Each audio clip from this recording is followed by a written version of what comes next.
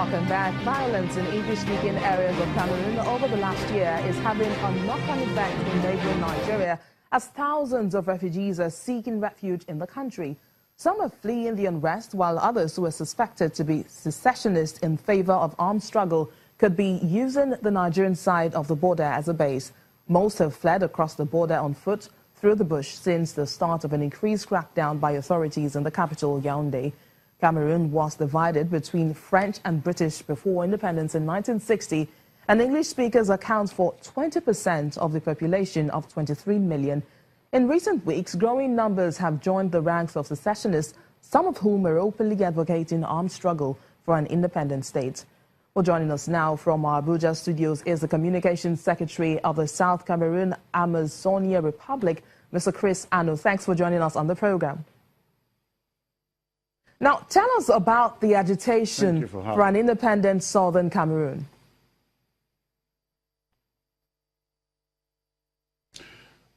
Well, thanks again for having me. I heard you use the word secession or secessionist. It is very important that we understand that the southern Cameroonians are not secessionists. Southern Cameroonians are not separatists. Southern Cameroonians are fighting the decolonization, because the Southern Cameroons has never, ever been part of Cameroon. I personally, I do not consider myself a Cameroonian. I consider myself an Amazonian or a Southern Cameroonian.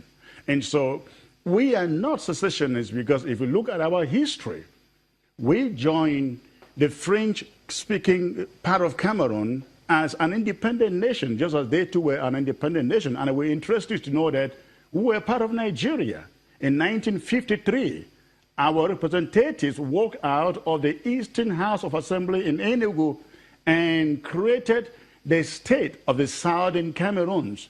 Between 1953 and 1961, the Southern Cameroons was self-governing. It was an independent state with a legislature, with a prime minister, with an educational system, with a legal system.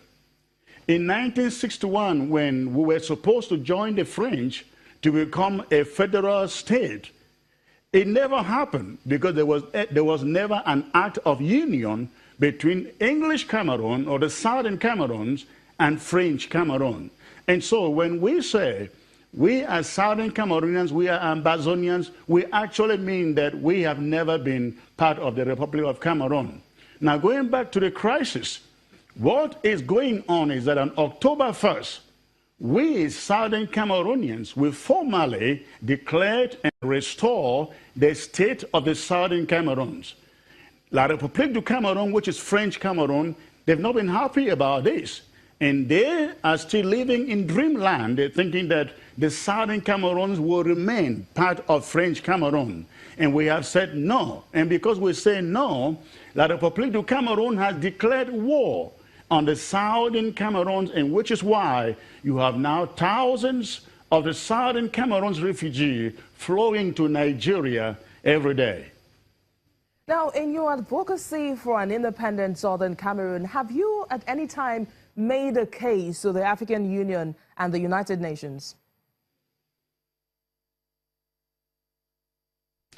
We have actually made that case on several occasions. It will interest you to know that actually I think it was in 2009 or 2010 that the United Nations, the General Assembly President of the United Nations, presented two maps of the two Cameroons to the President of La République du Cameroon, who is Paul Biya. And the essence of those two maps was to let the President of Cameroon know that there are two Cameroons, the English or the Southern Cameroons and the French Cameroon, which is La République du Cameroon. At the African Union level, there is also a case that the Southern Cameroon has won against the French Cameroon, which also goes to strengthen the fact that the Southern Cameroons has never been part of French Cameroon. Nigeria received from some refugees from that area. Can you tell us what exactly is happening there that has led them to become refugees here in Nigeria? Well, what is happening is that after October 1st, last year, 2016, the state of French Cameroon, or La République du Cameroon, declared war on the southern Cameroons, the Federal Republic of Amazonia. The French Cameroon declared war on the southern Cameroons. Now, the part in which they declared immediate war has to do with the part that borders eastern Nigeria, the state of Cross River State, Akwa Ibom State. And so you find out that a majority of the people living in these areas had to vacate their towns and villages because the military in La République du Cameroon was unleashed to occupy a whole community. We're talking about a community of over 500,000 people. They burnt down houses, they killed people, they continue to kill people in their numbers, they burned down whole villages. In fact, what people do not understand is there is genocide currently, as I speak, going on in this part of Cameroon, being unleashed by the government of La République du Cameroon, headed by Paul Biya. So this is what is escalating the refugee crisis. The fact that war is ongoing in Cameroon, declared against southern Cameroonians by the president of La République du Cameroon. The Communications Secretary of the South Cameroon Amazonia Republic, Mr. Chris Anu, many thanks for coming on Network Africa.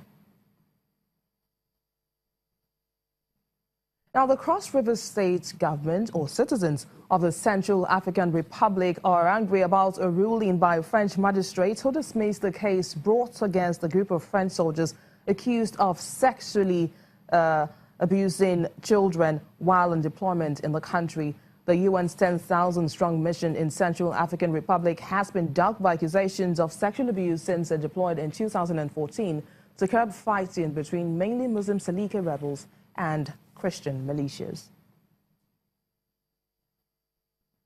And that's our program today. Thank you so much for watching. I am Visi Adebayo.